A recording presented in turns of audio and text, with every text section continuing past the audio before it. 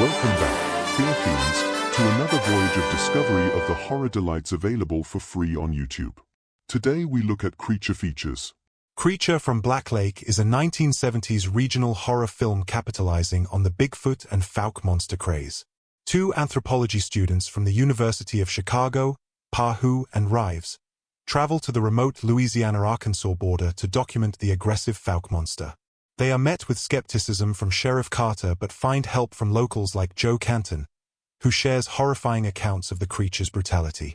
The Sasquatch-type entity is depicted as a massive, murderous force, not a shy enigma. As the students venture deeper into the bayou, the creature begins actively stalking them, culminating in a fierce night attack on their campsite. Despite being ordered out of town, Pahoo and Rives defy the authorities, returning with Canton to hunt the monster. The climax involves a brutal confrontation where the creature viciously injures Pahoo and destroys their vehicle. The film concludes with the students surviving the terrifying ordeal, having definitively confirmed the existence of the angry, murderous missing link. Creature from Galaxy 27. Originally released as Night of the Blood Beast, this 1958 sci-fi horror details the aftermath of America's first crewed spaceflight. When astronaut John Corcoran's rocket crash lands, a team of scientists finds him dead but curiously undecomposed. As they investigate, a grotesque, reptilian alien, the Blood Beast, begins stalking their remote radar station, consuming the brain tissue of one scientist. Corcoran mysteriously revives, possessing a telepathic connection, and attempts to defend the alien. However, the scientists discover the horrific truth. The alien has implanted embryos in Corcoran's abdomen, intending to multiply and dominate the human race.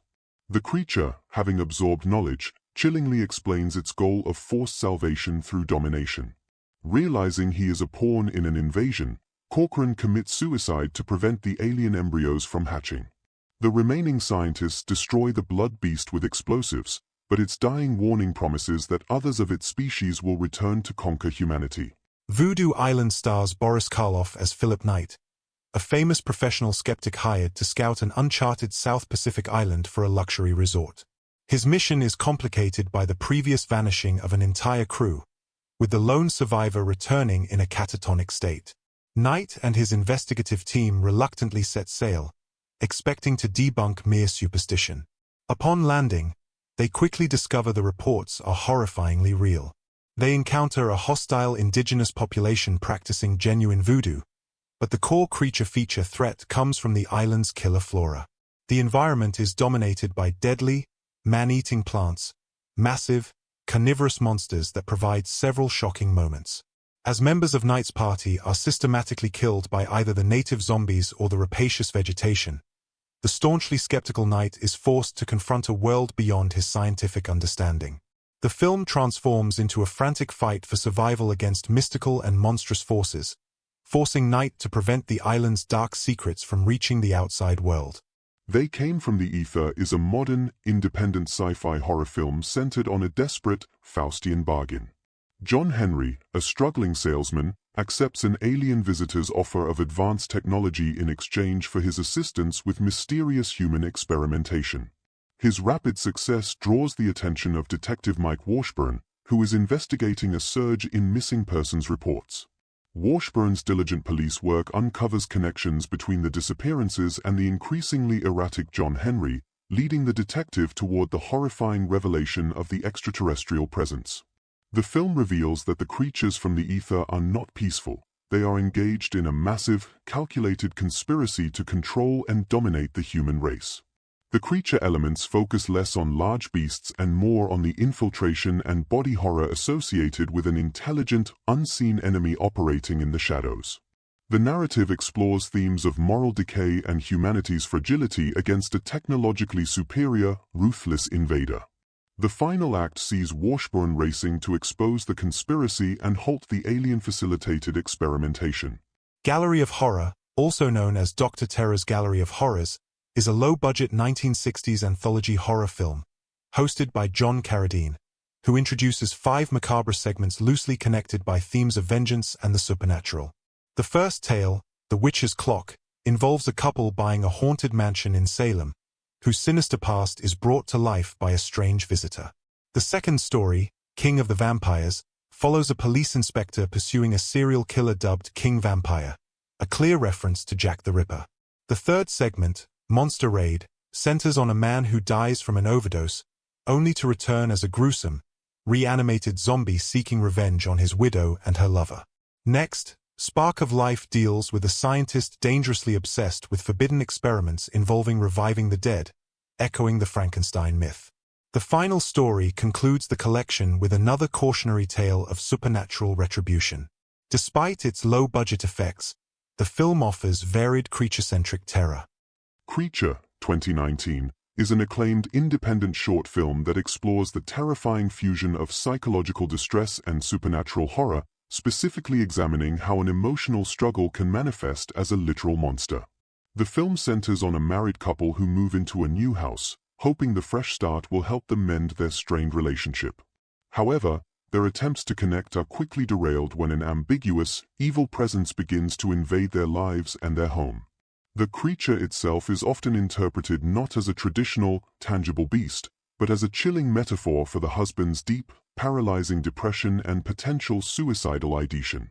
The creature's actions, such as manipulating the husband's perspective and isolating him, reflect the devastating nature of severe mental illness, acting as a wedge driving the couple apart. In the climax, the husband chooses to take his wife's hand, momentarily defeating the creature.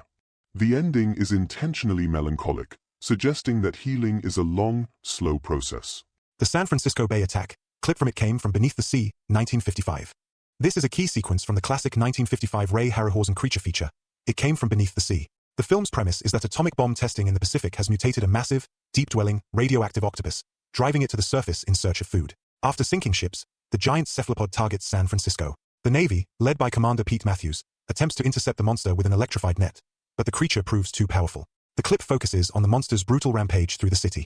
In an iconic stop-motion sequence, the octopus attacks the Golden Gate Bridge, coiling its immense tentacles around the towers and roadway, tearing away sections, and sending vehicles plunging into the bay. The beast then attacks the Embarcadero. The military engages with various weapons, but the creature remains impervious. The clip captures the frantic panic and mass destruction, showcasing the film's powerful Cold War fears of atomic-spawned mutations and resulting creature chaos. Lights Out is a minimalist, award-winning short horror film from 2013 that established a terrifying, simple premise. An entity exists in the dark, but instantly vanishes the moment a light is switched on. Directed by David F. Sandberg, the film follows a woman, Lotta Losten, preparing for bed. Upon turning off the hallway light, she sees a monstrous silhouette.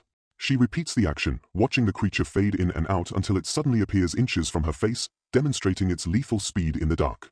In a desperate act, she secures the switch with tape to keep the hallway lit. She retreats to her bedroom, but the hallway light soon begins to flicker and dies. Footsteps approach her bedroom. After briefly fixing her flickering bedside lamp, a grotesque, humanoid figure with stark white eyes is suddenly revealed standing next to her. The creature then turns off the lamp, and the screen cuts to black, ending the film on a bone-chilling jump scare. The Larva Queen is an AI-generated short film concept focused on body horror and giant insect tropes. Its core theme centers on grotesque biological mutation and the horror of parasitic reproduction, aligning with films where parasites use human hosts for propagation. The plot typically features an unsuspecting victim, perhaps a scientist, infected with a microscopic organism, a fluke or massive grub, enhanced by environmental catastrophe. The parasite grows rapidly inside the host, leading to a horrifying physical transformation and decline. The climax revolves around the creature's violent birth, where the fully-formed monster bursts out of the host's body. This event marks the emergence of the Larva Queen, a grotesque, enormous insectoid creature, a terrifying blend of insect and human elements, that immediately goes on a rampage. The story is a short, visceral shock of biological horror, focusing on the helplessness of the human body against an alien biological imperative, leaving survivors to confront a highly aggressive, newly born monster. Gorgo is a 1961 British kaiju film that uniquely centers on maternal instinct. Captain Joe Ryan and Sam Slade discover and capture a massive, amphibious, dinosaur-like creature off the coast of Norrow Island, Ireland, naming it Gorgo.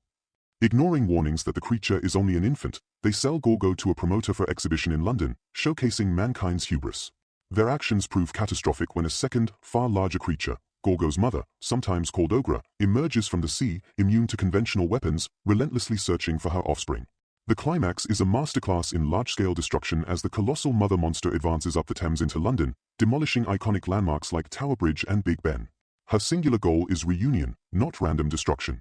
After causing catastrophic damage, the mother finds her baby, frees him from the exhibition pit, and together, the two creatures return safely to the sea.